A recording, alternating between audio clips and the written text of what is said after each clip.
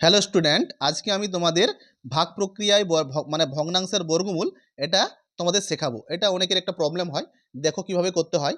দেখো, এই যে দশমিকের বাম দিকের যে সংখ্যাগুলো আছে সেগুলোকে এইভাবে আমি যেভাবে তীর চিহ্ন দিচ্ছি এইভাবে জোড়ায় জোড়ায় নেবে। হ্যাঁ, এইভাবে জোড়ায় জোড়ায় নেবে। আর যে ডান পাশের যে সংখ্যাগুলো আছে দশমিকের ডান পাশের, সেভাবে এইভাবে জোড়া জোড়া দিবে, জোড়ায় জোড়ায় নেবে।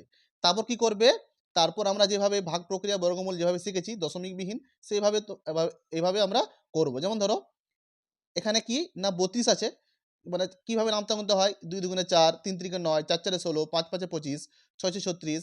তাহলে 6 ছয় 36 বেশি হয়ে যাচ্ছে, তাহলে 5 পাঁচে 25 নেব আমরা। এই 5 পাঁচে 25 নেব, হলো। তারপর বিয়োগ করব, 12 হয়ে যাবে।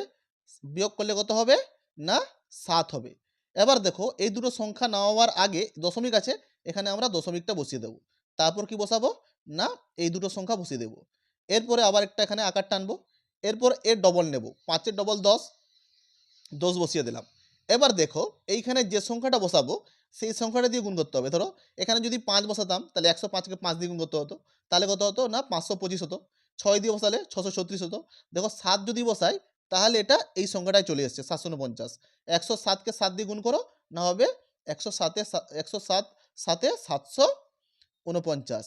সবসময় মনে রাখবে যে এইখানে এই সংখ্যাটার সাইডে যে সংখ্যাটা বসাই সেই সংখ্যাটা দিয়েই গুণ করতে হয়।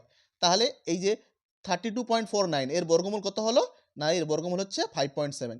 তোমাদের ডান পাশে আরেকটা সংখ্যা দিয়েছি, দেখো এটা এটা দেওয়ার আরেকটা কারণ হচ্ছে, দেখো এইভাবে দেখো আমরা দশমিকের পর এইভাবে তীর চিহ্ন দিয়ে জোড়া জোড়ায় নেব। এখানে একটা পড়ে আছে না, এই একটাই নেব। তারপরে দশমিকের পরেগুলো আবার এইভাবে নেব। দেখো এবার কি করব না 2 আছে না, 2 কি হবে 1 1 2, মানে 1 1 1, এভাবে 1 1 1 নেব। তারপর বিয়োগ করে 1 নামালাম, তারপর আবার দুটো সংখ্যা নামালাম। এবার দেখো একটা আকার টানলাম, এর ডবল নিলাম, 1 এর ডবল 2। এখানে যদি আমরা 5 বসাতাম কত হবে, 25 5 25 হয়ে যাবে। 25কে যেহেতু 5 বসিয়েছি 5 দিয়ে গুণ করতে হবে, তাহলে 25 5 125। 26 6 26 6 কত হবে না 26 6 যদি 26কে 6 দিয়ে গুণ করি, 6 6 36 3 100 156 হয়ে যাচ্ছে, তাই না? তাহলে এখানে 5 বসাবো, তাহলে এখানেও 5 বসাবো।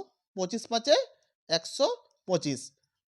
তাহলে কি হলো, এবার বিয়োগ করবো। দেখো 10 5, আর এখানে কি রয়েছে 15।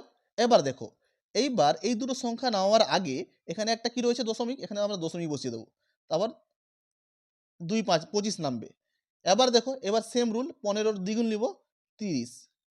এবার দেখো, এইবার এখানে যদি আমরা 2 বসাতাম তাহলে 2 দিয়ে গুণ করতে হতো। 3 4 যত বসাবে, যে 304 বসাতাম কত হতো 304। 304কে যেহেতু 4 বসিয়েছি 4 দিয়েই গুণ করতে হতো। আর 300 মানে এখানে যদি 5 বসাতাম 305 হয়ে যাবে। যেহেতু 5 বসিয়েছি 5 দিয়েই গুণ করব, তাহলে কি হবে এখানে 5 বসাবো। 305 5 1525। তাহলে এর বর্গমূল কত হলো 15.25। আমি তোমাদের একটা টাস্ক দিচ্ছি, এই যে 4.84 এর বর্গমূল কত হবে তোমরা আমাকে কমেন্টে করে দেখাও। আর চ্যানেলটাকে সাবস্ক্রাইব করে রাখো।